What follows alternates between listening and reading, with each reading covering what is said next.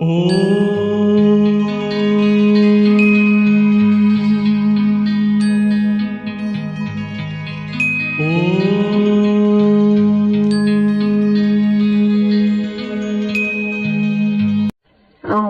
शांति। आज 14 जून 2024 बाबा के महावाक्य है। मीठे बच्चे, निरंतर याद रहे कि हमारा बाबा बाप भी है, टीचर भी है, तो सतगुरु भी है। यह याद ही मन मना भव है। प्रश्न है, माया की धूल जब आंखों में पड़ती है तो सबसे पहली गफलत कौन सी होती है? उत्तर है, माया पहली गफलत कराती जो पढ़ाई ही छोड़ देते। भगवान पढ़ाते हैं, यह भूल जाता है। बाप के बच्चे ही बाप की पढ़ाई को छोड़ देते हैं, यह भी वंडर है। नहीं तो नॉलेज ऐसी है जो अंदर ही अंदर खुशी में नाचते रहे। परंतु माया का प्रभाव कोई कम नहीं है, वह पढ़ाई को ही छुड़ा देती है। पढ़ाई छोड़ी माना एब्सेंट हुए। ओम शांति। रूहानी बाप बैठ रूहानी बच्चों को समझाते हैं। समझाना उन्हों को होता है जिसने कुछ कम समझा है। कोई बहुत समझदार बनते हैं। बच्चे जानते हैं यह बाबा तो बड़ा वंडरफुल है। भल तुम यहाँ बैठे हो, परंतु अंदर में समझते हो यह हमारा बेहद का बाबा भी है, बेहद का टीचर भी है, बेहद की शिक्षा देते हैं। सृष्टि के आदि मध्य अंत का राज समझाते हैं।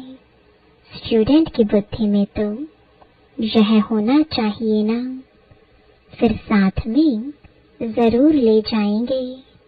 बाप जानते हैं यह पुरानी छीछी दुनिया है, इनसे बच्चों को ले जाना है कहाँ? घर। जैसे कन्या की शादी होती है तो ससुर घर वाले आकर कन्या को अपने घर ले जाते हैं। अभी तुम यहाँ बैठे हो, बाबा समझाते हैं बच्चों को।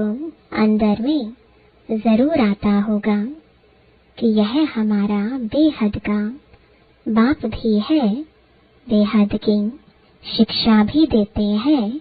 जितना बड़ा बाबा उतनी शिक्षा भी बड़ी बेहद की देते हैं।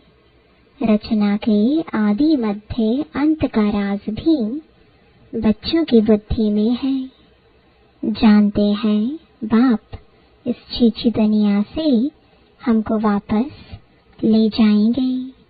यह भी अंदर में याद करने से मन मना भाव ही है।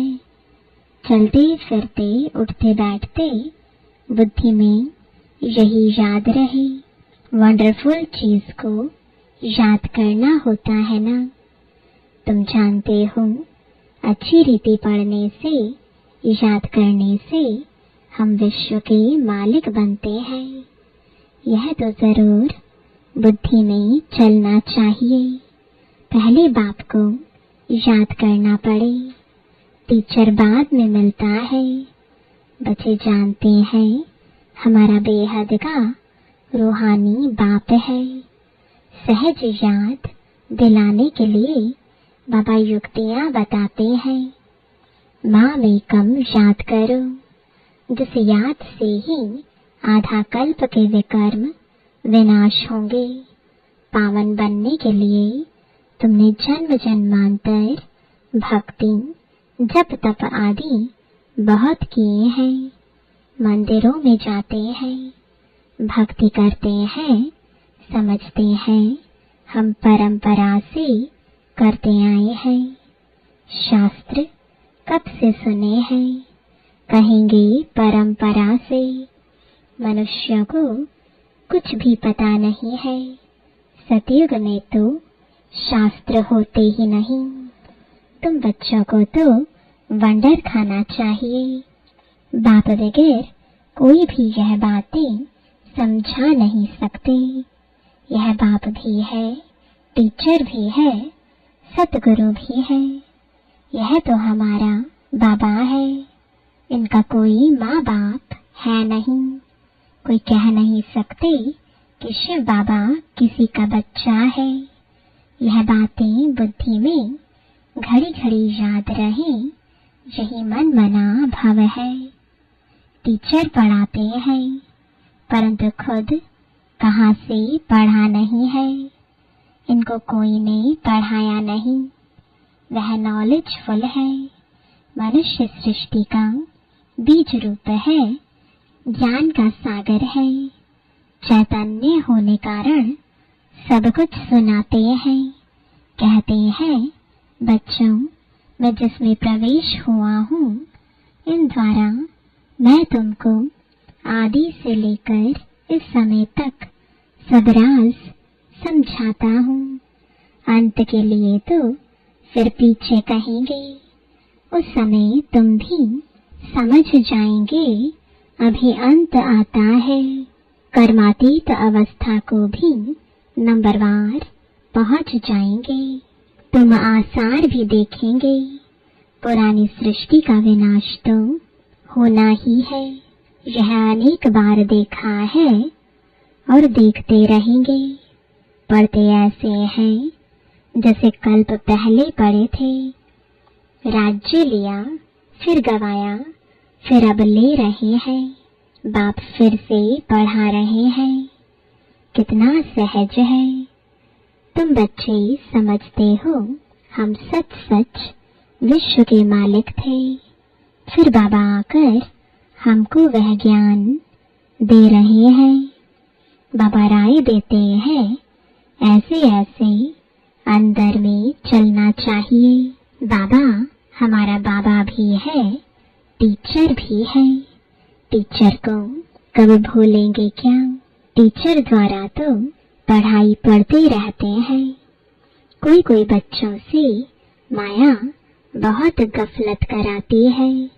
एकदम जैसे आंखों में धूल डाल देती है। पढ़ाई ही छोड़ देते हैं। भगवान पढ़ाते हैं, ऐसी पढ़ाई को छोड़ देते हैं। पढ़ाई ही मुख्य है, सो भी कौन छोड़ते हैं? बाप के बच्चे। तो बच्चों को अंदर में कितनी खुशी रहनी चाहिए। बाप नॉलेज भी हर बात की देते हैं, जो कल्प कल्प देते हैं। बाप कहते हैं, कम से कम इस रीति मुझे याद करो। कल्प कल्प तुम ही समझते हो और धारण करते हो। इनका बाबा तो कोई है नहीं, वही बेहद का बाप है। वंडरफुल बाप हुआ ना। मेरा कोई बाबा है बताओ? शिव बाबा किसका बच्चा है? यह पढ़ाई भी वंडरफुल है, जो इस समय के सिवाय कब पढ़ नहीं सकते, और सिर्फ तुम ब्राह्मण ही पढ़ते हो। तुम यह भी जानते हो कि बाप को याद करते करते हम पावन बन जाएंगे, नहीं तो फिर सजाएं खानी पड़ेंगी। गर्भ जेल में बहुत सजाएं खानी पड़ती हैं। वहां पर भी ट्रिब्यूनल बैठती है। सब साक्षात्कार होते हैं। बगैर साक्षात्कार किसको सजा दे नहीं सकते। मूंझ पड़े कि यह सजा हमको क्यों मिलती है। बाप को मालूम रहता है कि इसने यह पाप किया है, यह भूल की है। सब साक्षात्कार कराते हैं। उस समय ऐसा फील होता है जैसे कि इतने सब जन्मों की सजा मिल रही है। यह जैसे सब जन्मों की इज्जत गई। तो बाप कहते हैं, मीठे मीठे बच्चों को पुरुषार्थ अच्छी रीति करना है। 16 कला संपूर्ण बनने के लिए याद की मेहनत करनी है। देखना है कि हम किसको दुख तो नहीं देते हैं। सुखदाता बाप के हम बच्चे हैं ना। बहुत गुलगुल बनना है। यह पढ़ाई ही तुम्हारे साथ चलनी है। पढ़ाई से ही मनुष्य बैरिस्टर आदि बनते हैं। बाप की यह नॉलेज न्यारी और सत्य है, और यह है पांडव गवर्नमेंट गुप्त। तुम्हारे सिवाय दूसरा कोई समझ नहीं सकते। यह पढ़ाई वंडरफुल है।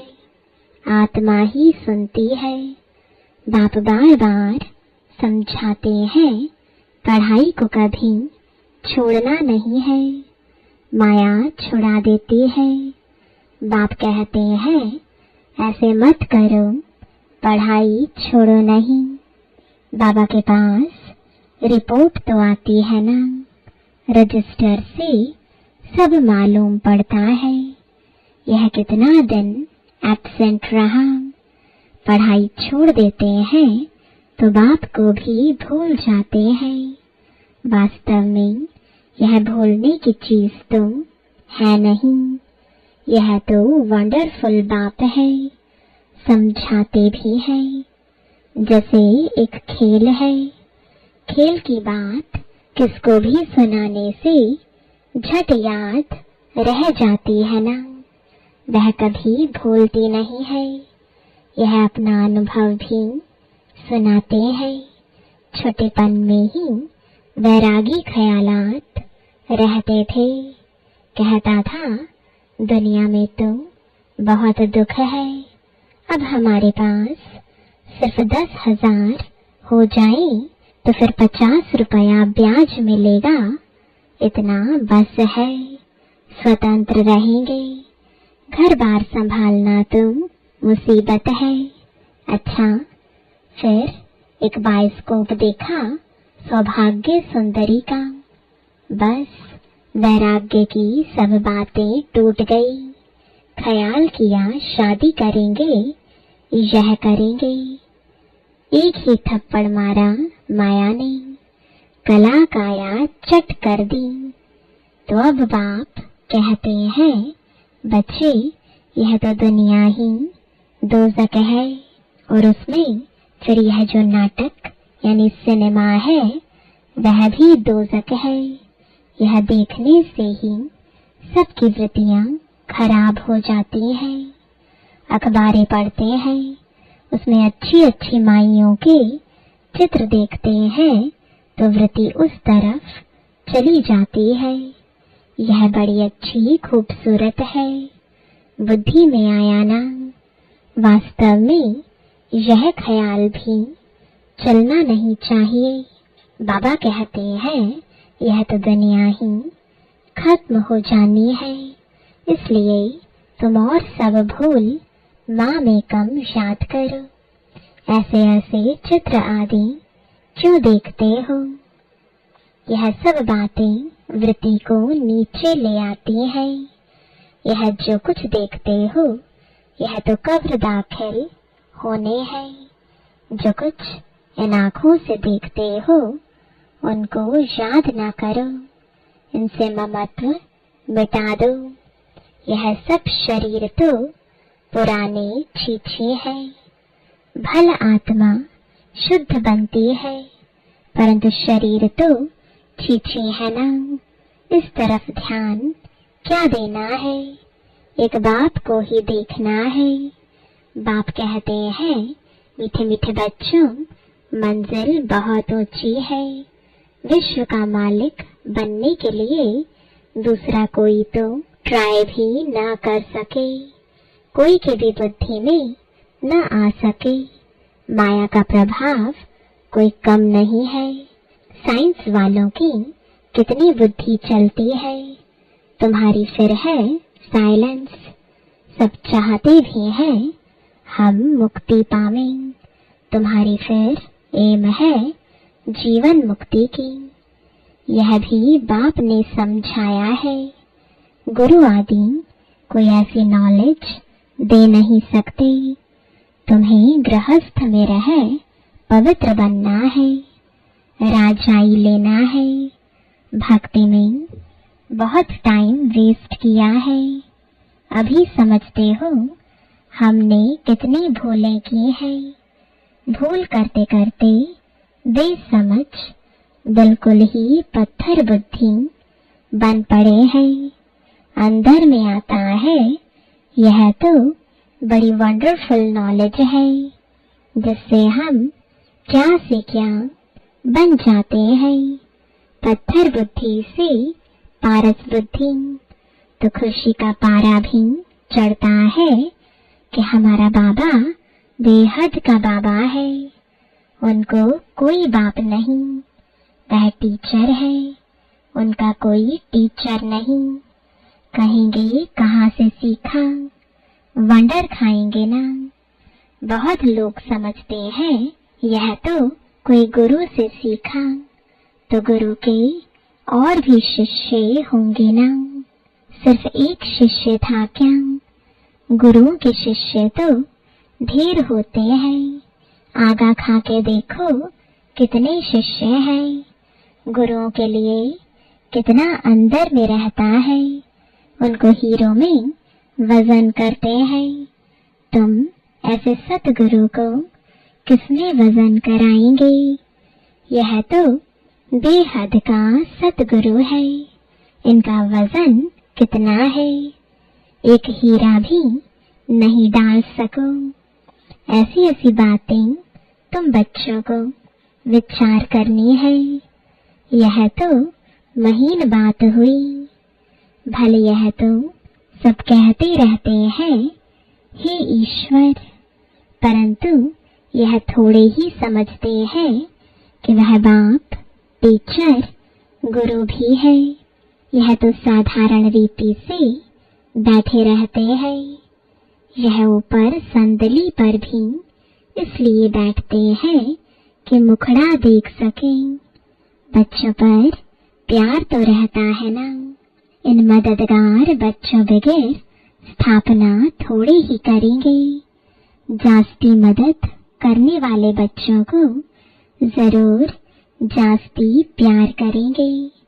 जास्ती कमाने वाला बच्चा अच्छा होगा तो जरूर ऊंच से ऊंच पद लेगा। उस पर प्यार भी जाता है। बच्चों को देख देख हर्षित होते हैं। आत्मा बहुत खुश होती है। कल्प कल्प बच्चों को देख खुश होता हूँ। कल्प कल्प बच्चे ही मददगार बनते हैं। बहुत प्यारे लगते हैं। कल्प कल्पांतर का प्यार जुट जाता है। भल कहाँ भी बैठे रहो, बुद्धि में बाप की याद रहे। यह बेहद का बाप है। इनका कोई बाप नहीं, इनका कोई टीचर नहीं। स्वयं ही सब कुछ है, जिसको ही सब याद करते हैं।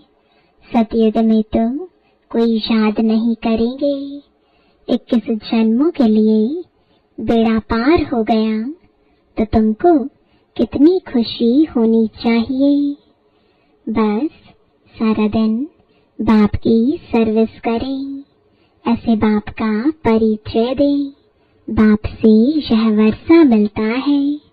बाप हमको राजयोग सिखलाते हैं और फिर सबको साथ भी ले जाते हैं। सारा चक्र बुद्धि में है। ऐसा चक्र तो कोई बना ना सके। अर्थ का तो किसको पता नहीं। तुम अभी समझते हो बाबा हमारा बेहद का बाबा भी है। बेहद का राज्य भी देते हैं, फिर साथ भी ले जाएंगे। ऐसे ऐसे तुम समझाएंगे, फिर कोई सर्वव्यापी कह नहीं सकेंगे। वह बाप है, टीचर है, तो सर्वव्यापी कैसे हो सकता? बेहद का बाप ही नॉलेजफुल है, सारे सृष्टि के आदि मध्य अंत को जानते हैं। बाप बच्चों को समझाते हैं, पढ़ाई को भूलो मत, यह बहुत बड़ी पढ़ाई है। बाबा परम पिता है, परम टीचर है, परम गुरु भी है। इन सब गुरुओं को भी ले जाएंगे। ऐसी ऐसी वंडरफुल बातें सुनानी चाहिए। बोलो, यह बेहद का खेल है। हर एक एक्टर को अपना पार्ट मिला हुआ है। बेहद के बाप से हम ही बेहद की बादशाही लेते हैं। हम ही मालिक थे, वैकुंठ होकर गया है, फिर जरूर होगा। श्री कृष्ण नई दुनिया का मालिक था, अब पुरानी दुनिया है, फिर जरूर नई दुनिया का मालिक बनेगा। चित्र में भी क्लियर है, तुम जानते हो। अब हमारी लात नर्क की तरफ, मुंह स्वर्ग की तरफ है, वही याद रहता है। ऐसे याद करते करते अंतमति सुगति हो जाएगी। कितनी अच्छी अच्छी बातें हैं जिनका सिमरण करना चाहिए। अच्छा, मीठे मीठे सिकिलदे बच्चों प्रति माता पिता बाप दादा का याद प्यार और गुड मॉर्निंग। रूहानी बाप की रूहानी बच्चों को नमस्ते। रूहानी बच्चों की रूहानी बाप दादा को गुड मॉर्निंग और नमस्ते। धारणा के लिए मुख्य सार। पहला, इन आँखों से जो कुछ दिखाई देता है उनसे ममत्व मिटाना है। एक बाप को ही देखना है। वृत्ति को शुद्ध बनाने के लिए इन छीछी शरीरों की तरफ जरा भी ध्यान ना जाए। दूसरा, बाप जो न्यारी और सत्य नॉलेज सुनाते हैं वह अच्छी तरह पढ़नी और पढ़ानी है। पढ़ाई कभी मिस नहीं करनी है। वरदान है, शांति की शक्ति के प्रयोग द्वारा हर कार्य में सहज सफलता प्राप्त करने वाले प्रयोगी आत्मा भव।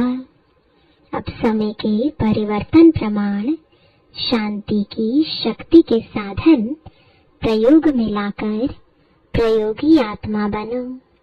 जिसे वाणी द्वारा आत्माओं में स्नेह के सहयोग की भावना उत्पन्न करते हो, ऐसे शुभ भावना स्नेह की भावना की स्थिति में स्थित हो। उन्होंने श्रेष्ठ भावनाएं उत्पन्न करो। जैसे दीपक दीपक को जगा देता है, ऐसे आपकी शक्तिशाली शुभ भावना औरों में सर्वश्रेष्ठ भावना उत्पन्न करा देगी।